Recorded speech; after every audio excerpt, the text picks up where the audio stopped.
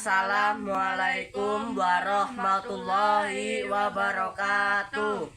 Tepangaken asmane kula Fadlun Rafif lan kanca kula Muhammad Yusuf Rizky.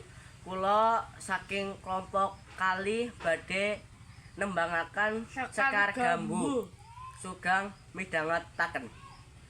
Sekar Gambuh ping catur kang cinatur polah kang kalantur tanpa tutur katulo-tulo katali kadaluwarsa katutuh kapatuh pandadi awon.